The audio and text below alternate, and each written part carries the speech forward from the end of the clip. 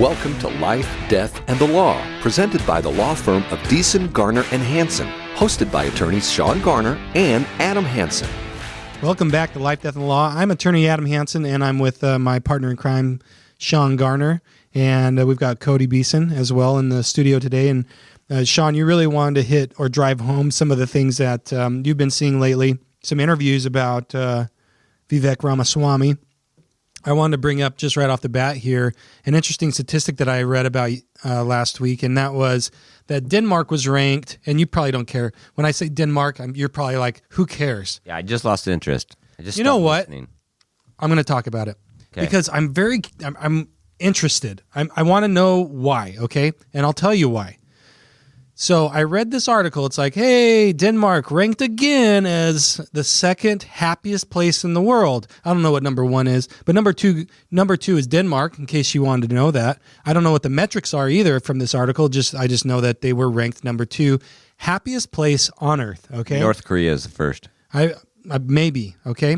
And so as the article went on, it's like, oh, but what they also found was that 70, I want to say off the top of my head, I know it's above 70. It's like 73% of adults in Denmark are medicated for mental illness.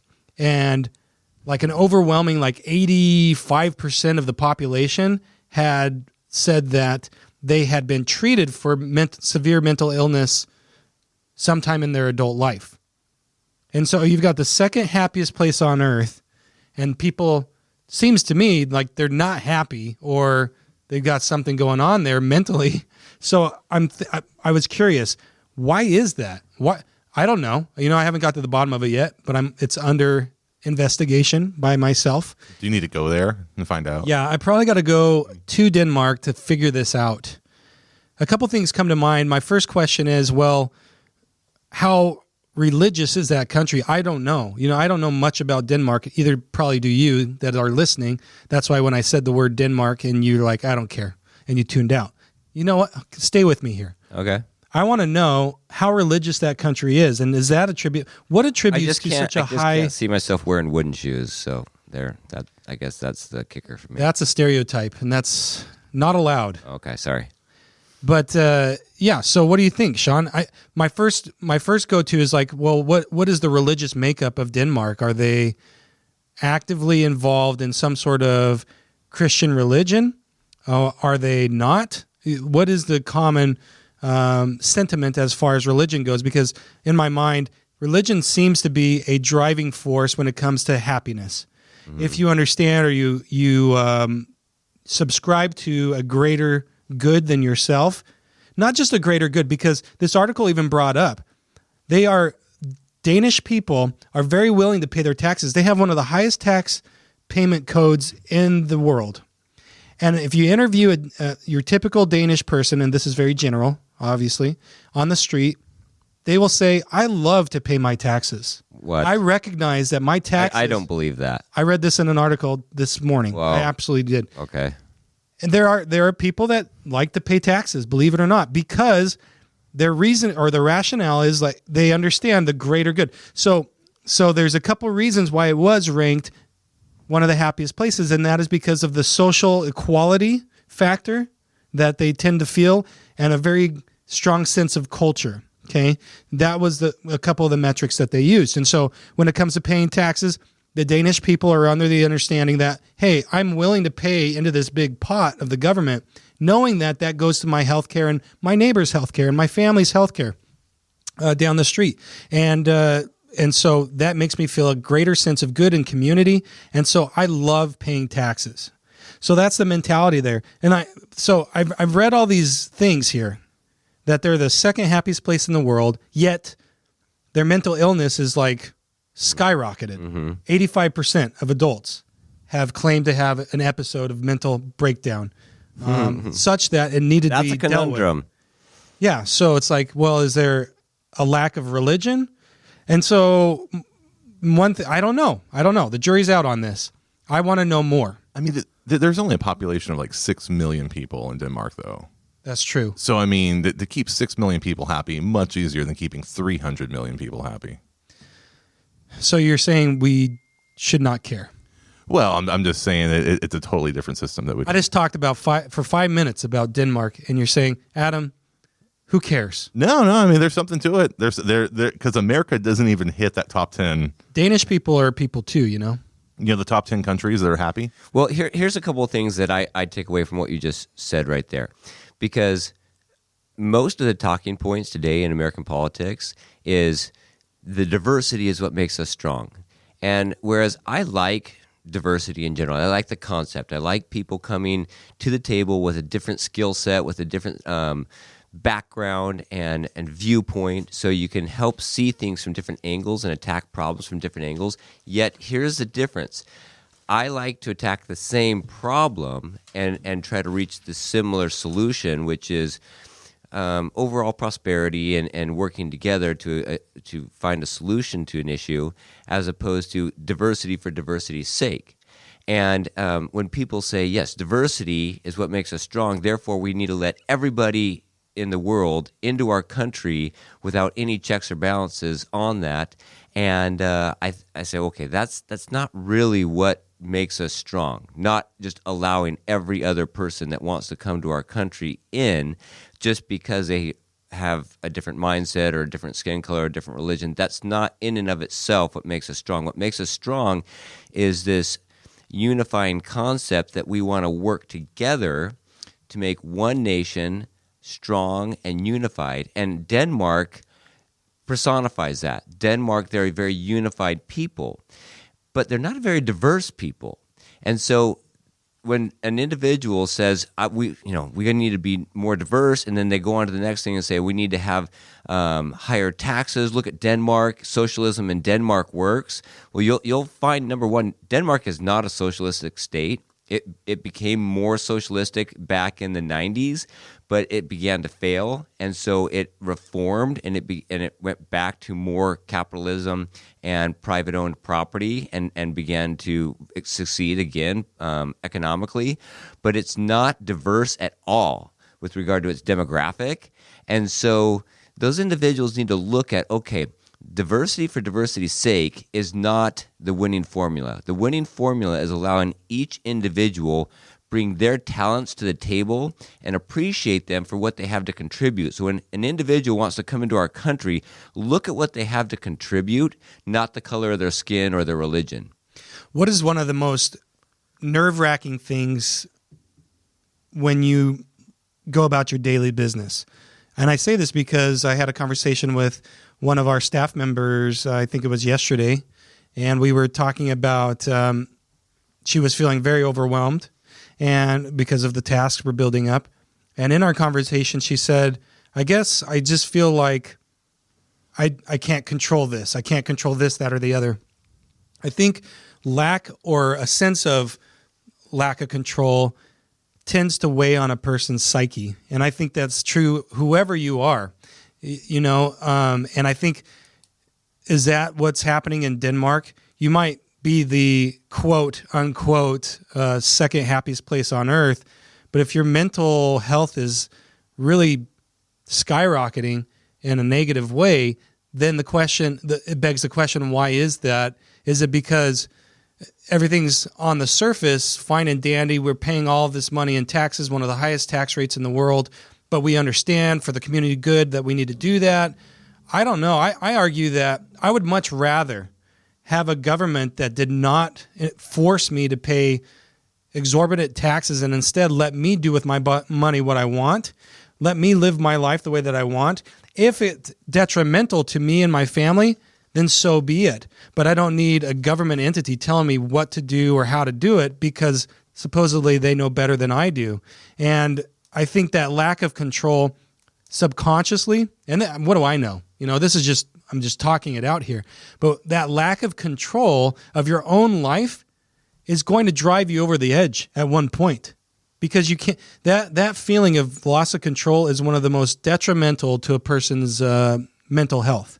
That's why freedom of speech is so important, because most therapists will tell you you've got to talk out your feelings and then feel empowered to actually follow your path as you find the solutions, as you discuss them. And if you can't discuss what you're feeling without any type of fear of retribution, then you can't find the problem and seek the solution. And we've felt that in our society in general with the suppression of speech, that we're not allowed to talk in public what we feel like talking about to our closest friends behind closed doors. And that is oppressive. And I think that leads to a continuation or even perpetuation of mental health issues. I don't even know if the founders understood the depth and the gravity of free speech. Yes, they included it in our Bill of Rights, in the Constitution, but I don't know if they really understood to the extent psychologically that had on an individual. Politically, for sure they did, but psychologically, maybe not. Yeah, and we're just seeing that now, I would argue. Maybe we've seen it before, freedom of speech throughout the history of our United States. We've seen at times what it looks like when a person is suppressed from saying what they want. And so what do we mean by that? Well, I want to be able to say what I want.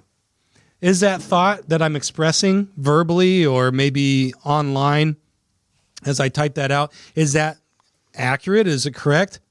Who knows? But if I don't ever say it, then we can't get to the bottom of that truth. It has to be worked out.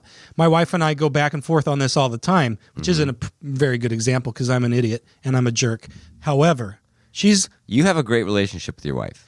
But she will remind me all the time, like she has a hard time. When I say things, I say them very matter-of-factly, like I am 100% behind what I'm saying. Because you're male. Like an attorney, like you're... I don't know what it is, but it's bad, apparently. That's what she tells me. And she doesn't see it. And over the years, finally, I'm like, no, I don't really, I'm just talking. Like, I don't really believe that all the way. I'm trying to figure it out. And once she understood where I was coming from, it made our relationship so much better that we can really be free to say what we are thinking. That doesn't mean that it's actually right, but in that freedom of speech, we are getting to the truth. And oftentimes in a conversation, we'll be talking and I'm saying these absurd things, thinking that they're pretty on track. And as I'm saying that, I'm thinking, nope, that's not right. And I'll refine my statement, or I will flat out just apologize. No, you're right. That I'm wrong. That what I'm saying is not right. I can see that now. But if I didn't have the liberty in our relationship to actually chatter on and talk like that, which could be probably offensive sometimes because I'm just saying what I'm thinking, but she is such a sweetheart that she has come to the point where she just accepts that I'm an idiot and I'm a jerk. And so she just lets me rattle on, and then to the point that I finally say, you know what, you're right, I'm wrong, and I'm an idiot. So really, I think what it is she just waits me out until I get to the conclusion of that. She's playing the long game. She plays the long game. She's much more patient than I am. But I think this idea of freedom of speech, I don't know if our founders really understood it all the way, the depth of that or not. I recognize that they understood to a certain extent that it was a very valuable concept in a society for that society to grow. And as we see that curbed now more and more over this past, 3 years, let's say, or during the Trump administration, most definitely, that when you can't say what you actually think, it becomes very detrimental. And what tends to happen is I would argue, like this riot mentality that just kind of festers and blooms within a people. And that people at a certain point are going to boil over and do things that a revolt. They're going to revolt.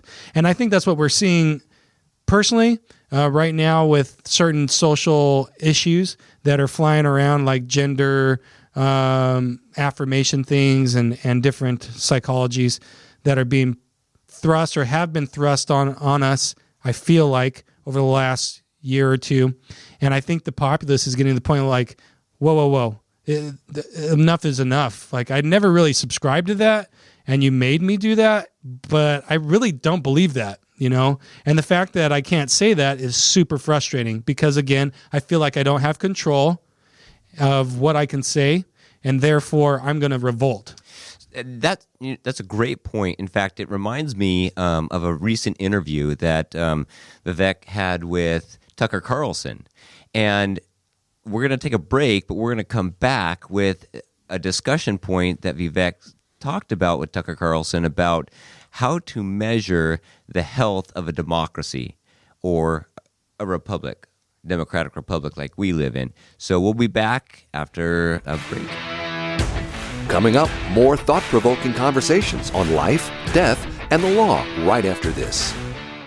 Hey, Yuma, Dave Ramsey here. If you listen to our show or know anything about us, then you know I only recommend products and services I trust and I believe in. That's why when it comes to protecting your assets and planning for your loved one's future, you've got to call my friends Shawn Garner and Adam Hansen at the law firm of Beeson, Garner, and Hansen. I encourage you to take the first step and attend a free, no-pressure seminar and learn all of your options. The firm of Beeson, Garner, and Hansen has been educating the Yuma community for over 40 years, and this is the only area of law that they practice. Shawn and Adam believe in giving free education to help people make smart decisions about their assets and help them leave a legacy for their family that they can be proud of. Schedule a free personal consultation today. Call 783-4575 or visit yumaestateplanning.com. You're listening to Life, Death, and the Law, presented by Beeson, Garner, and Hansen, the law firm that has been voted Yuma's best 6 years in a row. Welcome back. This is Life, Death, and the Law. We're going to go into a clip between, it's a conversation with Tucker Carlson and Vivek Ramaswamy. They're talking about general issues, and January 6th comes up. And he says, Tucker Carlson poses the question, what is January 6th? So was it an insurrection? And Vivek's answer was very telling. And he said, listen, there's a lot of things that you could call it. And I'm not going to go into what you call it as much as to what caused it. And that feeds very well into exactly what Adam is talking about. When people can't speak, that their mental health begins to decline. And Vivek speaks to this and what is the result of it. So go ahead and play that clip. So let's just go through the list. Another thing you can't say is that maybe January 6th, while appalling on one level, maybe it was not an insurrection. So let me talk about. I haven't talked about this much in the campaign. I'll be very honest with you. You want to know what caused January 6th? There's such a temptation to say that there's one man whose name is unspeakable. We can't. No, first of all, it's QAnon. It's QAnon. It's QAnon. You want to know what caused January 6th? Is pervasive censorship in this country in the lead up to January 6th. You tell people in this country they cannot speak, that is when they scream. You tell people they cannot scream, that is when they tear things down. And so the reality is, we were told that you could not question where the virus came from when we all knew it came from a lab in Wuhan, which now they admit. We were told that you could not send a private message to someone on the eve of an election, that Hunter Biden's laptop story was actually a true story worth considering before an election. You were systematically suppressed. So think about this. You told you had to be locked down, had to take a vaccine that was mandated and forced down your throat, stay locked down in your home while Antifa and BLM roam and burn the streets of this country. So that's the lead up of one full year of telling people you have to shut up, sit down, and do as you're told. And then you tell them, okay, there's an election where you didn't get the information that you needed, such as the Hunter Biden laptop story being real and suppressed. That's what caused January 6th, is a cycle of censorship in this country. And until we look ourselves in the mirror and admit truth on that, we will not move forward as a country. And I think that's the real cause. We're not, and I'm sorry to say this, Tucker, but I think until we reckon with that reality, I worry that that is the beginning of, it's a friendly parley compared to what's to come, unless we step up and speak truth, restore integrity, and actually lead us to who we are as a people, rather than sweeping the truth under the rug. How can you... That talks exactly, Adam, to what you were talking about, how people felt suppressed in their speech. They couldn't talk, and then they saw the government running rampant, and some people being favored over others because some groups were allowed to speak and allowed to act, and this political speech of demonstrating for the BLM was rioting, and the government was okay with that, whereas this public speech of demonstrating in January 6th was deemed an insurrection, although the property damage that accumulated, if you look at it, and the body counts were drastically less. Now, I'm not justifying either of them, but what I'm saying is a democracy in general and a democratic republic for which we are cannot allow censorship in any form. And Vivek goes on to say this much more eloquently in this next segment here. So Cody, start us off at segment 1038, and he's going to explain how to measure the health of a democratic republic. And he'll go into a bit that we hear we're a democracy over and over and over again from the media. And I think there is, honestly, a nefarious intention there by most of the media to try to make people understand or accept that they have a voice in every decision that's made in government, and that's a democracy. But that's not what we are. They have a voice in who's elected in government, and then we honor the rule of law for those elected officials. And that's a difference. And so when people say, this is not a democracy because you're not making this choice on this and this choice on that, for example, abortion laws or affirmative action laws and so on and so forth, if you're not specifically, individually making your own decision on those laws, then the democracy is failing. No, a democracy elects representatives that we trust then to enact laws. And if we don't like those laws, then we don't just go and break them by opening up the border and letting people flood across. We elect different representatives that will make laws that we do agree with. So anyway, there's a little civics lesson for you. Let's go into this clip here from Vivek and Tucker Carlson. How can you, just as a philosophical question, a lot of the people who are pushing censorship, in fact, I would say almost all of them in both parties, particularly the Democratic Party, claim they're doing so in order to protect democracy. But how can you have a democracy with censorship? So you want to know the best measure of the health of a democracy? We're a constitutional republic, but I'll use lowercase d democracy as a fill-in, right? Couldn't resist. People always applaud at that. I love that. It's just the truth, though, right? No, it is We're true. a republic. But the civics majors love it. Yeah, that's great. But the best measure of the health of our American democracy, our constitutional republic, is the percentage of people who feel free to say what they actually think in public. That's the metric. It's not the number of ballots cast every November. That's just going through the motions. It is not some other metric of what the media says on a given day. It's the percentage of people who will say in public what they're willing to say behind closed doors. There's no doubt we're doing poorly. The culture is censorious enough. Now, if you say the government on top of that is using social media companies to do through the back door what government could not censor through the front door under the Constitution, that creates the real threat to lowercase d democracy. My litmus test is if Vladimir Putin was doing it and we would call it a threat to democracy, it's a threat to democracy when we do it on this side of the Atlantic as well. Okay, that's a good way of not pointing the finger at somebody else, but looking ourselves in the mirror and asking ourselves who we really are. How many people, how many of our listeners out there feel like you can say in the street what you feel and feel comfortable to say behind closed doors to either a stranger or in a public forum or in a grocery store and feel like your opinion is going to be respected, albeit maybe not agreed with, but respected, and that you're not going to be either censored or blacklisted or shouted at? Do you feel that way right now? Because in our office, we try very hard to create a safe space to speak freely about how you feel. Now, we're going to maintain a level of professionalism regardless. I don't care what your political beliefs are. I don't care what any of your social, religious backgrounds are or anything else. I don't care what your pronouns are. We're going to maintain a level of professionalism.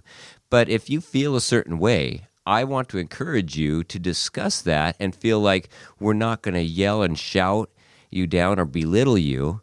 We're going to hear your point of view, and if we feel like we have a counterpoint that is valid, then we're going to speak that counterpoint and let truth win out. And truth ultimately will win out, but it it requires speech to be open and free in the first place. Absolutely. And so what we're seeing now, I would argue, is that, like you mentioned, when you ask that question to the audience, how do you actually feel?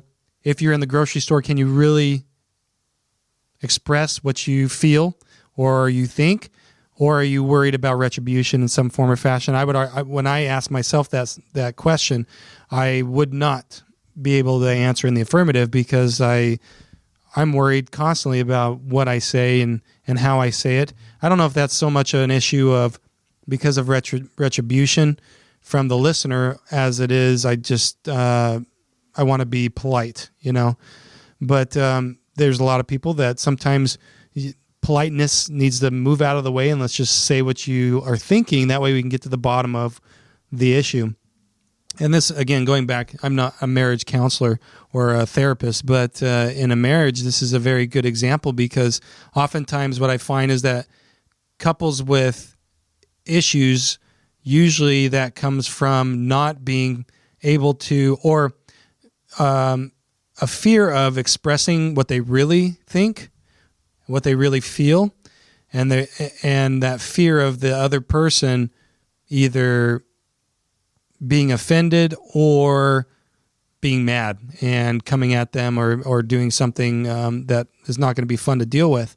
And so as a consequence of that, I think a lot of times people will suppress what they're really feeling or what they're really thinking because they don't want to deal with that. They don't want to deal with offending somebody else or hurting somebody else and going through that whole process. That's a challenge to go through, or they don't want to feel like retribution is going to happen to them in that particular relationship. And so it's much easier just to push those feelings or those thoughts way down. But I think if we were to get to the spot where you feel comfortable expressing yourself, what you really believe, what you really feel, free from, and maybe there's not even a way to do this in most relationships, but free from the thought that, man, if I really say what I think, I'm not going to be lambasted for that, or I'm not going to offend anybody. What I often find is that when I'm talking and I feel like I'm going to offend somebody, I usually preface that with, I don't mean to offend, but blah, blah, blah, and then you come with that phrase. And for some reason that tends to help. I don't know why, but it's a precursor. Like, I still said the same thing I was going to say, but because I said, I don't mean to offend. But I think that's what it does is it sets the playing field for the listener, where they're bracing themselves. Oh, Adam's going to say something that could be taken out of context or could be possibly interpreted as offensive. Now that he's got that out of the way, now that I'm prepared to hear this, I'm more prepared to hear it in a better setting or environment that I'm able to digest what's actually being said, as opposed to just being offended because I call you fat or whatever. Yeah, I mean, you could say like, hey, did you stop going to the gym? Yeah. Yeah. Like, are you really tired today? No. Oh, you look tired. Why don't you say I look like crap? I mean, that's what you mean, right? Just say, Adam, you look like crap today. Because people are polite. Yeah. And I think that's okay. And that's the main difference between, I think you and I are very frank and we get each other. And I think most of our staff get that too. And they've developed a thick skin and understood that we don't mean to offend. And we're quick to apologize too, because we see that we do offend. And we make mistakes, and we say, "I'm sorry," and we admit that we've got faults, and we've expressed ourselves in a way that can be hurtful. But at the same time, they then develop a respect for the fact that we're going to speak truth. And so when we pay them a compliment, it's an actual compliment. It's not just this passing phrase or something that we're saying with no substance whatsoever, because we don't speak without substance. What we speak is true, and sometimes it's hurtful, yet we will be very truthful in our praise as well. And I think when people understand that, then the positivity that can come out of it far outweighs the negative impact of, oh, I got offended because they said my hair looks like crap. So what do you think, listeners? Are you ready to give this a shot? You're going to go to work today and just let it rip? Tell Say people exactly what you feel and what you you think? Just be careful. Just be polite about it. Like, hey, have you been going to the gym lately? Because I can't tell. Just kidding. Don't say the last part. We got to go to break. This is Life, Death, and the Law. We'll be right back after this. Coming up, more thought-provoking conversations on life, death, and the law right after this. Hey, Yuma, Dave Ramsey here. If you listen to our show or know anything about us, then you know I only recommend products and services I trust and I believe in. That's why when it comes to protecting your assets and planning for your loved one's future, you've got to call my friends Shawn Garner and Adam Hansen at the law firm of Beeson, Garner, and Hansen. I encourage you to take the first step and attend a free, no-pressure seminar and learn all of your options. The firm of Beeson, Garner, and Hansen has been educating the Yuma community for over 40 years, and this is the only area of law that they practice. Shawn and Adam believe in giving free education to help people make smart decisions about their assets and help them leave a legacy for their family that they can be proud of. Schedule a free personal consultation today. Call 783-4575 or visit yumaestateplanning.com. You're listening to Life, Death, and the Law, presented by Beeson, Garner, and Hansen, the law firm that has been voted Yuma's best 6 years in a row. Welcome back to Life, Death, and the Law. I'm Shawn Garner in studio with Adam Hansen and Cody Beeson. We are attorneys. We do estate planning. We help people understand what assets they have, put them in order, and make a plan so they can pass it on to their loved ones or their favorite organizations when they pass away with the least amount of government intervention. So I think that it's natural for us to think about government and how much it's involved in our lives on a daily basis, as opposed to just when we pass away.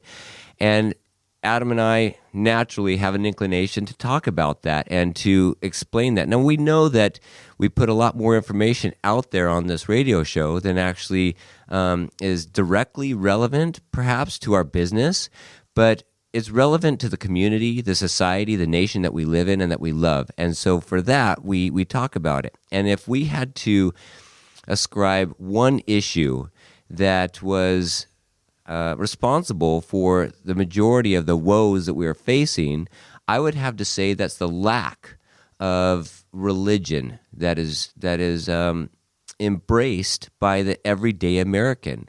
This movement to atheism has grown speed faster than we've ever seen before, and it's frightening because that is one of the pillars of communism and losing your identity as an individual and who you are and your self-worth.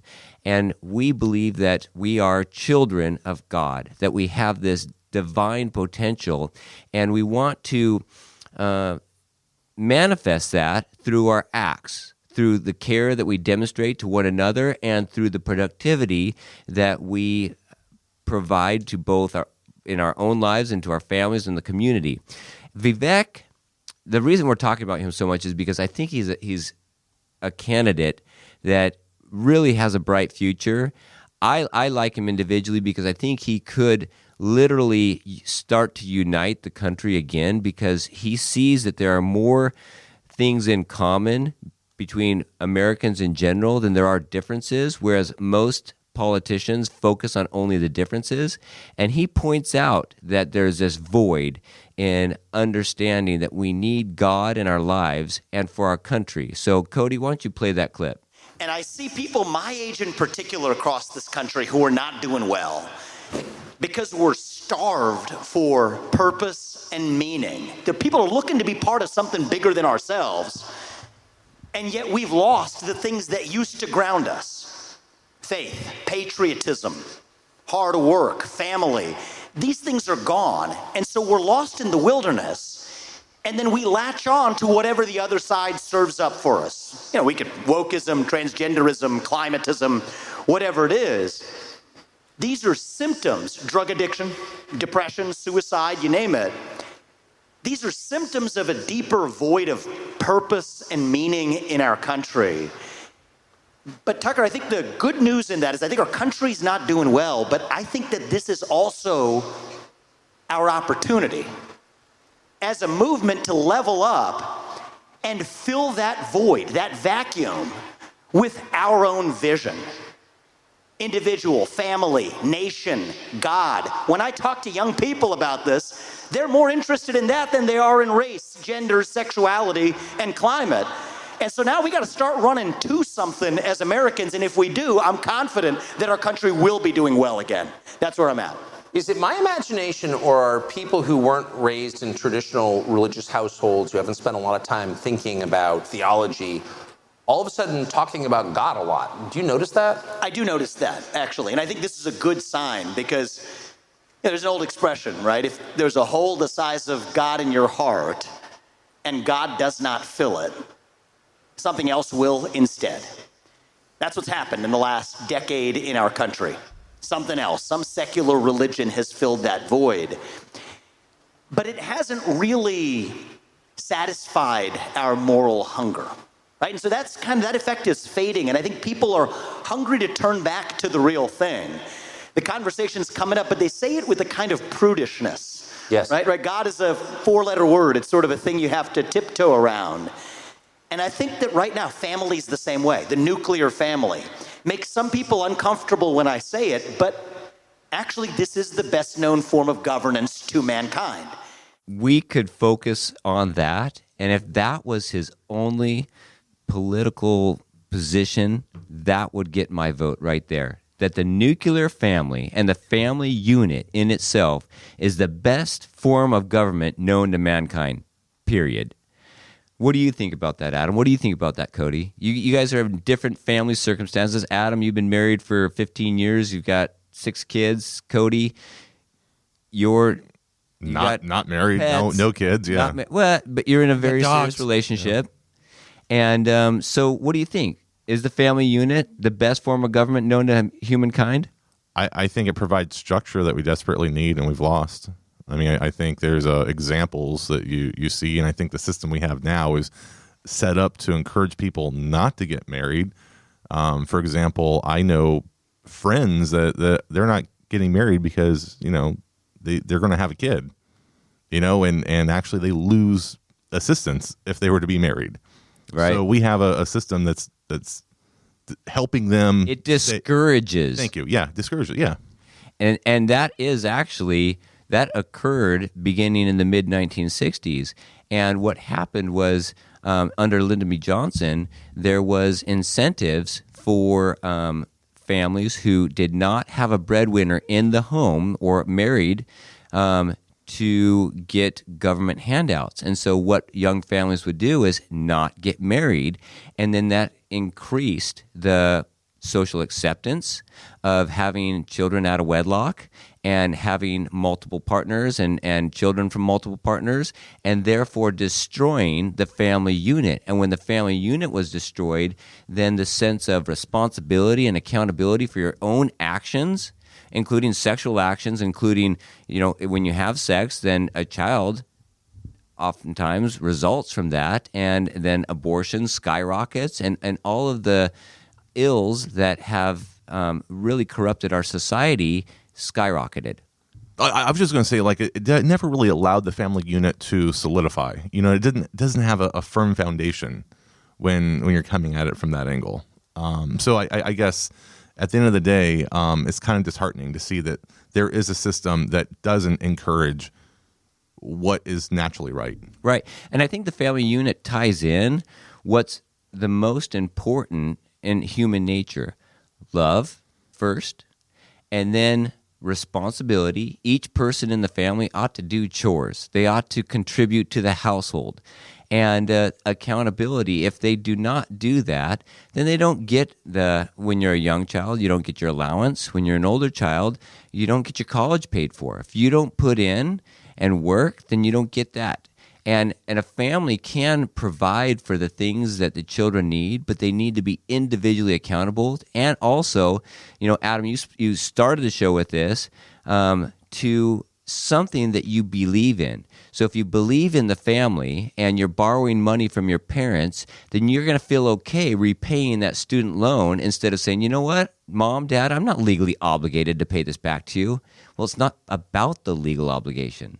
It's about the moral obligation to do what's right. And in a family, you see that morality. In a government, you don't.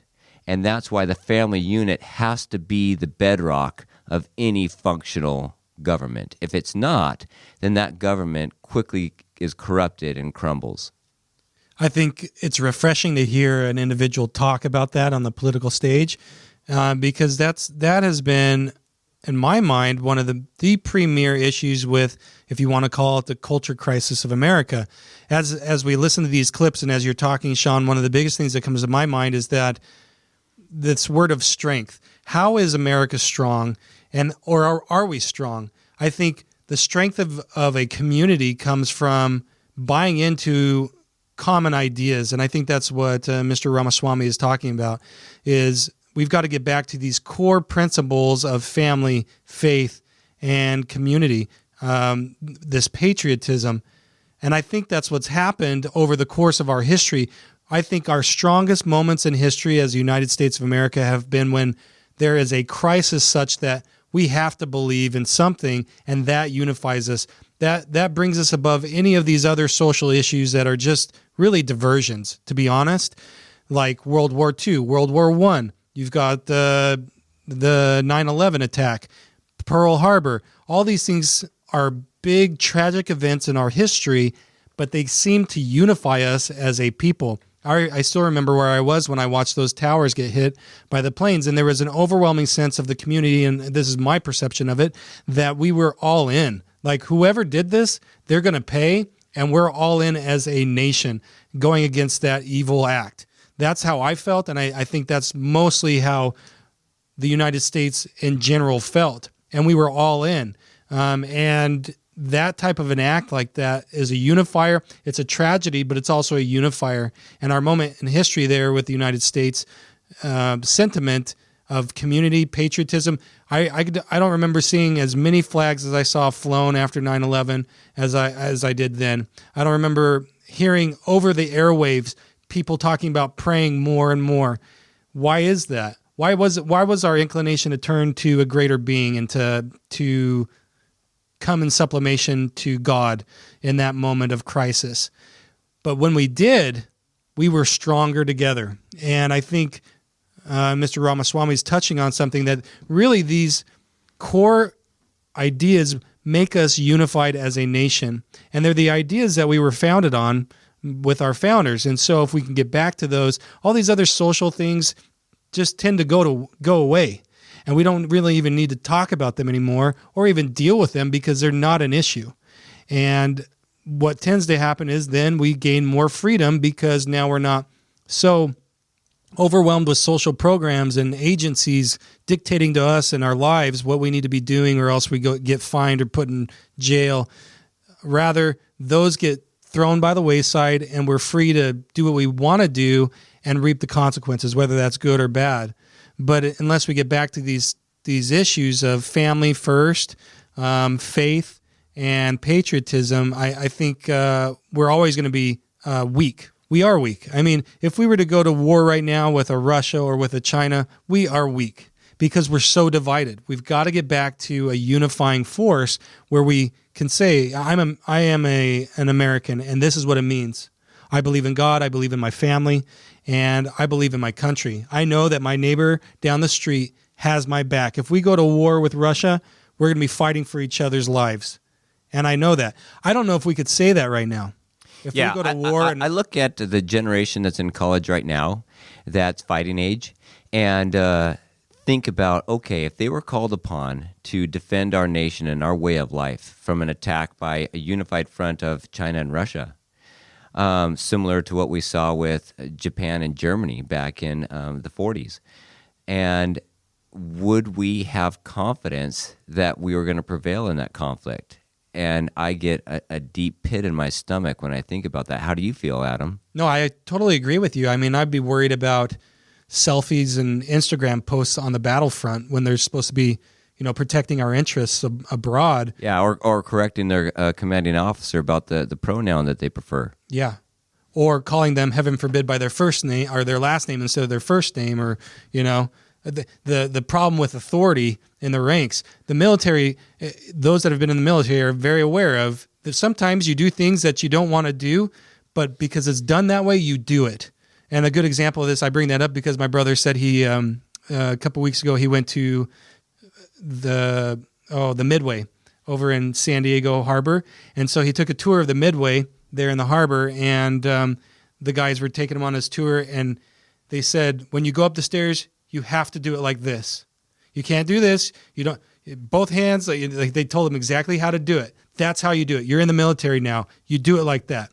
And so it doesn't leave a lot of leeway for your own thoughts or your own actions. And I thought about that. I thought, I have a hard time with authority a lot, but I understand the mentality of military acts and getting to the unified front. Everybody does it this way. We're united. We are on the same front. Do it this way or you're out, kind of thing. Yeah. And you see the lifelong relationships that resulted from people that fought together and struggled together for a unified cause. And you don't see it that it's based on that they had a similar background or a similar faith. It was that they fought for a singular purpose, and that was for freedom from tyranny. And right now, we're allowing this tyranny to sink in little by little, and the faith that I have that we would be able to stand up again and fight against that tyranny is waning, and I think it'll be restored if we start forgetting more about how we need to be fulfilled individually and how we need to be recognized by others and how they treat us as opposed to how we treat others. We need to treat them with respect, but also know that we're going to be respected when we speak our mind and not be censored or punished. Absolutely. We got to go. This is Life, Death, and the Law. If you have questions or want to know more about something that was discussed today, please call the law firm of Beeson, Garner, and Hansen at 928-783-4575 or visit yumaestateplanning.com. Hey, Yuma, Dave Ramsey here. If you listen to our show or know anything about us, then you know I only recommend products and services I trust and I believe in. That's why when it comes to protecting your assets and planning for your loved one's future, you've got to call my friends Shawn Garner and Adam Hansen at the law firm of Beeson, Garner, and Hansen. I encourage you to take the first step and attend a free, no-pressure seminar and learn all of your options. The firm of Beeson, Garner, and Hansen has been educating the Yuma community for over 40 years, and this is the only area of law that they practice. Shawn and Adam believe in giving free education to help people make smart decisions about their assets and help them leave a legacy for their family that they can be proud of. Schedule a free personal consultation today. Call 783-4575 or visit yumaestateplanning.com.